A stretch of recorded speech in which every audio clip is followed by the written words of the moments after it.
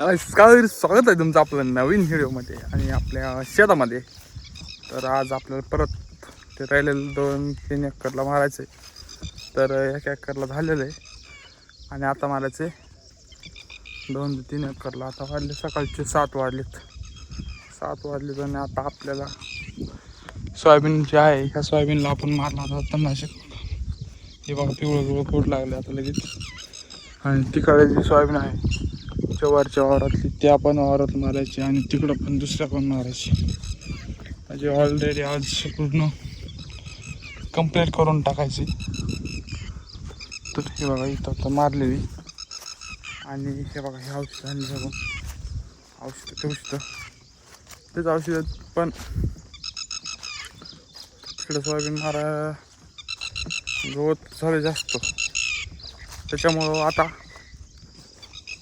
हे बघा हे ऊस आहे आपला ऊस शेड झटका मशान. आणि हे बघा आपण त्या दिवशी मारलं होतं 2 दिवसापूर्वी. तर आता हळूहळू पिवळं पडलं लागलं गवत.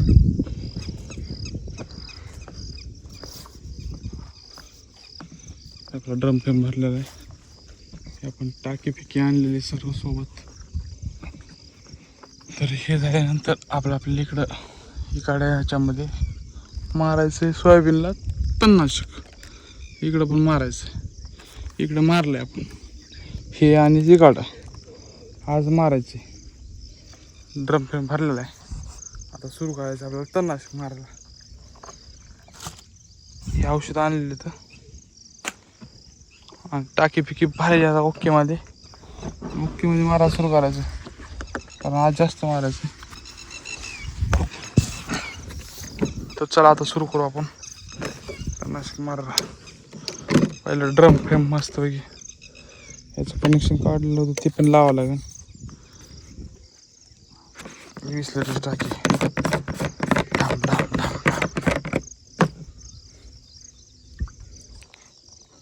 कसं आहे काळं काळं झार पाणी असं.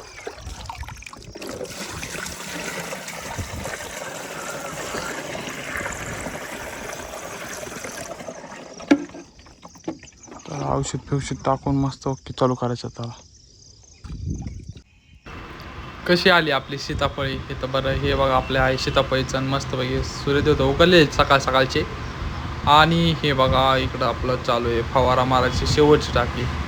आणि इथं मस्तपैकी आता आपली सोयाबीनला मारले आपण पूर्ण तणनाशक जवळपास पूर्ण होत आलं आहे. आणि इकडं आपल्याला लावलेले आपण इकडं तूर म्हणजे मस्त लावली दोन्ही सीताफळीच्या मध्ये. आणि हे पूर्ण आपले इथं आहे आपला बोर ते आहे. आणि इकडं जे आहे इकडं आपले आहे पूर्ण सीताफळी. त्याच्या पलीकडं आहे ऊस मस्तपैकी. आता आपल्याला हे आवरून परत दुसरं पण काम करायचं तर ते पण बघूया.